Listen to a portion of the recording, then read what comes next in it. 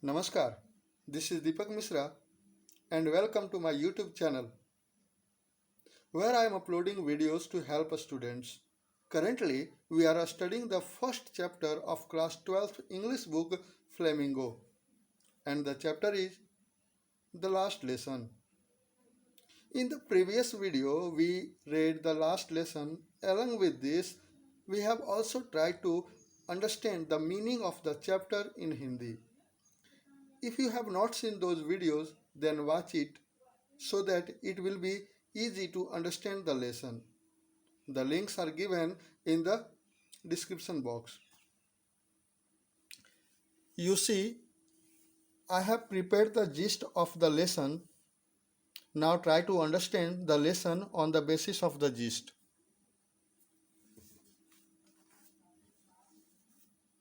The last lesson, has written by Alphonse Daudet, narrates about the year 1870 when the Prussian forces under Bismarck attacked and captured France. The French districts of Alsace and Lorraine went into Prussian hands.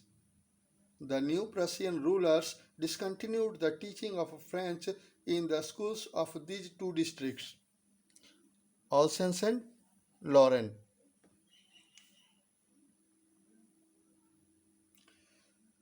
The French teachers were asked to leave. Now M. Hamel could no longer stay in his school. Still, he gave lessons to his students with the utmost sincerity. One such student of M. Marvel, Franz, who did French classes and M. Hamel's iron rod, come to the school that day, thinking he would be punished as he had not learnt his lesson participles participles lesson. But on reaching a school, he found Hamel dressed in his fine study clothes and the old people of the village sitting quietly on the back benches. It was due to an order from Berlin.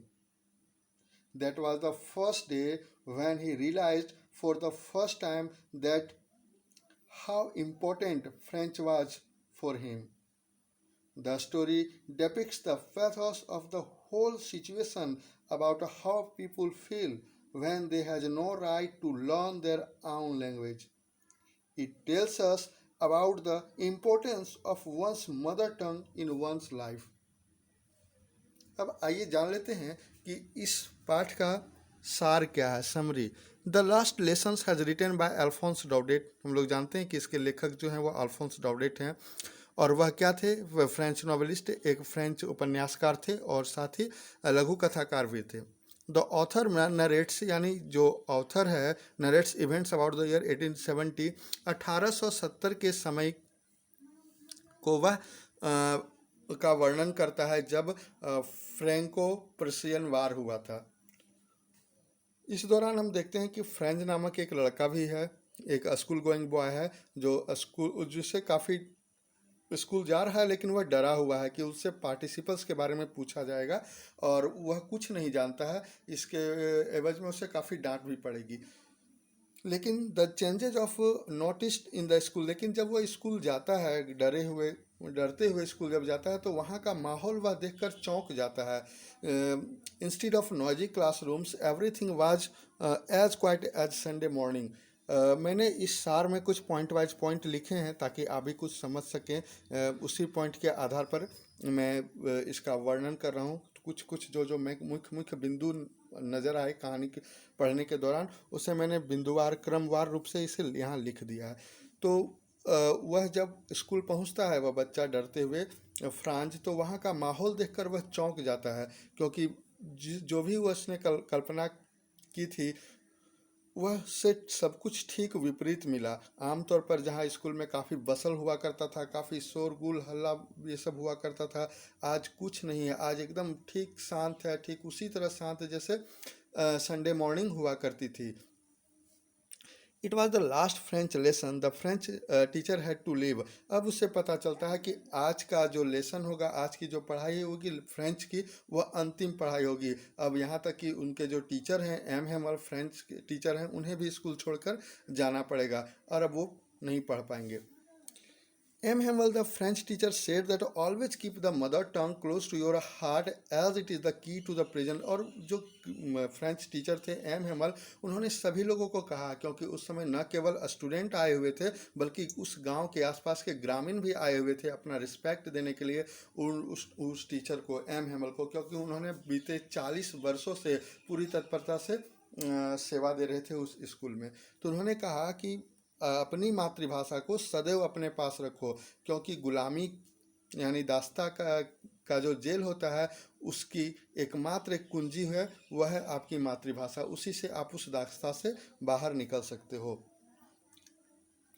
हम देखते हैं कि अब तक उस बच्चे को यानी फ्रांस को भी पढ़ाई में काफ़ी मन लगने लगता है, उसका रुझान पढ़ाई की ओर चला जाता है, मतलब खासकर फ्रेंच भाषा की ओर चला जाता है। जैसे उसे पता चलता है कि आज का जो दिन है पढ़ाई फ्रेंच का जो लेसन है वह अंतिम लेसन है, उसके बाद से ही उसके प्रति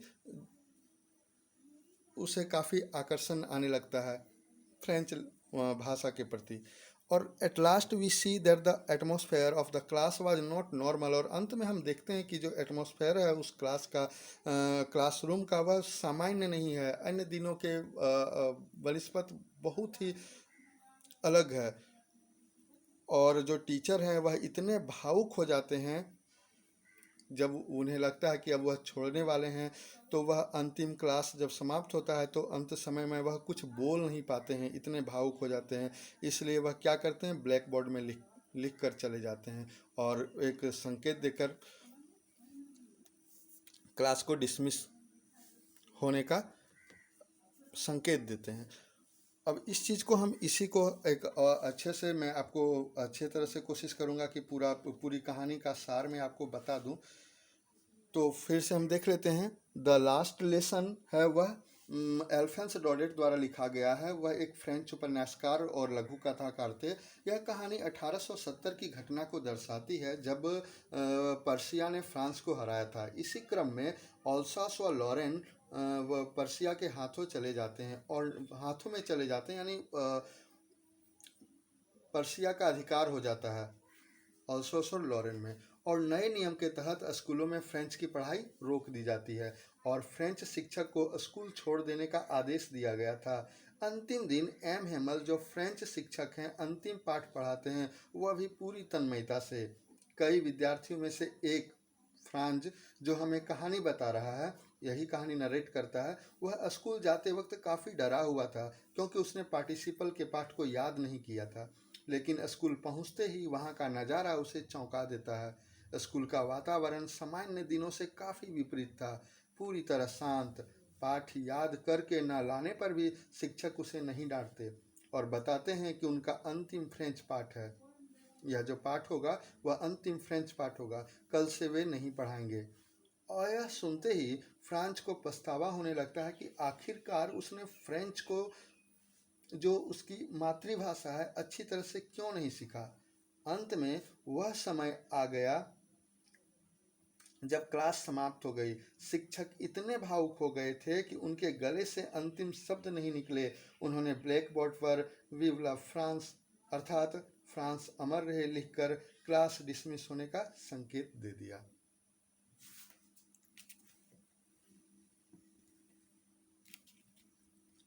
यह कहानी बताती है कि किसी के जीवन में उसकी मातृभाषा का कितना महत्व है, क्या महत्व है। जैसा कि पिछली वीडियो में मैंने शब्दों का अर्थ बताने का वादा किया था, कुछ शब्दों का मीनिंग लिख लें।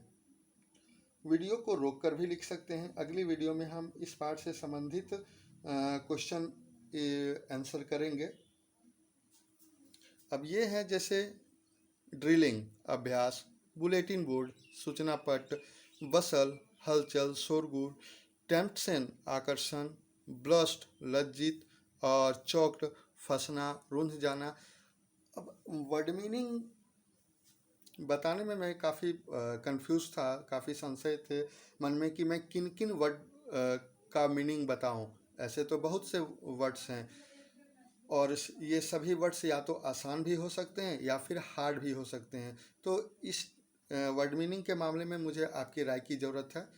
आशा करता हूँ आप अपना सुझाव मुझे देंगे, क्योंकि कुछ ही शब्दों का वर्ड मीनिंग बताया जा सकता है। 10-15 इसमें तो बुक में काफ़ी ज़्यादा हैं, तो मैं किसका बताऊं किसका ना बताऊं। आशा करता हूं आज की यह वीडियो पसंद आई होगी और मैंने जो भी इस लेसन का सार बताया, जो सारांश दिया है, वह भी समझ पाए होंगे।